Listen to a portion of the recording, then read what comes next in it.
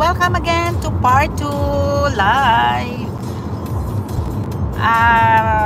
Going to Palcara just for a day. Tapos balik naman. Mag-birthday lang po yung mag-65th birthday lang po yung friend namin. So mga 1 hour, not pa na 1 hour dito na. 1 hour dito. So yun. Get together kami. So this is going to Letterkenny. Ang mamaya po ipakita ko sa inyo kung gaano kaganda. Yan. Meron din dito what you call this?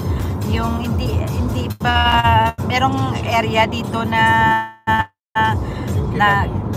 sa